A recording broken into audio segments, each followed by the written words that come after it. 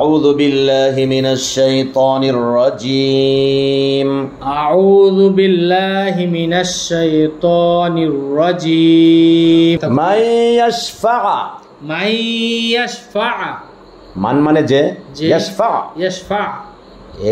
এখানে যে ইয়াশফাও সেটা ইয়াশফা হইছে হলো নাহউর কায়দায় নাহউতে বললে তখন বুঝবেন মান মানে যে শর্তযুক্ত শব্দের মধ্যে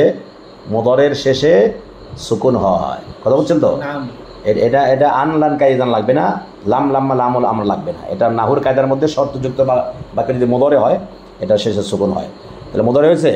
আর মান মানে যে ইয়াশফা ইয়াশফা যে শাফাআত করে শাফাআত করে সুপারিশ শাফাআতান শাফাআতান একটি সুপারিশ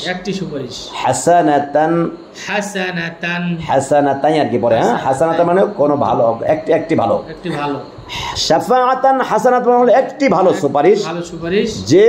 একটি ভালো কাজের সুপারিশ করে বলেন যে একটি ভালো কাজের সুপারিশ করে এখন এই পর্যন্ত বলেন মাইয়াশফা শাফাআতান হাসানা মাইয়াশফা শাফাআতান শাফাআতান হাসানা আইনে চাপ আসে নাই শাফাআতান হাসানা শাফাআতান হাসানা যে কোনো ভালো কাজের সুপারিশ করে যে কোনো ভালো কাজের সুপারিশ করে ইয়াকুল্লাহু নাসিবুম মিনহা নাসিবুম মিনহা এখন মানে হয় লাহু মানে তার জন্য নাসিব মানে অংশ নাসিবুন মানে কি অংশ টুকরো নাসিব মানে অংশ মিনহা মানে ওহা থেকে ওই সুপারিশ থেকে অর্থাৎ যে কোনো ভালো কাজের সুপারিশ করলো তাতে তার অংশ প্রতিষ্ঠিত হয়ে গেল সে একটি অংশ পাবে সওয়াবের বুঝছেন তো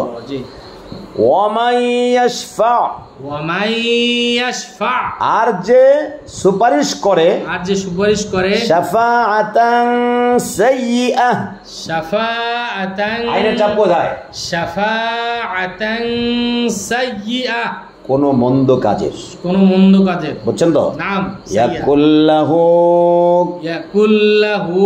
কিফলুম মিনহা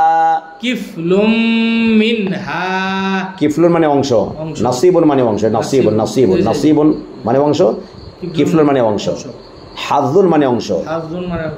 আরো অনেকগুলি অংশ কোরআনে অংশের ব্যাপারে আধা ডজন বা ডজনখানি শব্দ আছে তাহলে এখন মানে হয় লাহু মানে তার জন্য কিফলুন মানে অংশ মিনহা মানে ওহা থেকে অর্থাৎ যে ব্যক্তি কোনো মন্দ কাজের সুপারিশ করবে তার জন্য তারও একটি অংশ প্রতিষ্ঠিত হয়ে যাবে সুতরাং কোন কাজের সুপারিশ না মানে কোন কাজের সুপারিশ কি করছে এটা বুঝে নিতে হবে ওয়াকানাল্লাহু আলা কুল্লি শাইইন মুকিতা ওয়াকানাল্লাহু আলা কুল্লি শাইইন মুকিতা ওয়াকানাল্লাহু মানে আল্লাহ আলা কুল্লি শাইইন মানে প্রত্যেক বিষয়ের মুকিত আই আকাত ইউকিতু আল ইকাতাতু মানে হলো খাদ্য দান করা খাদ্য দেয়া অভিভাবকত্ব গ্রহণ করা অভিভাবকত্ব করা সংরক্ষণ করা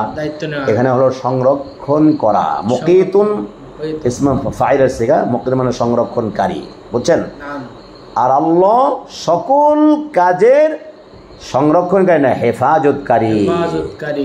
বুঝছেন তো আল্লাহ সকল কাজের হেফাজতকারী অথবা সকল কাজের উপরে শক্তিধর ক্ষমতাবান বলতে পারেন।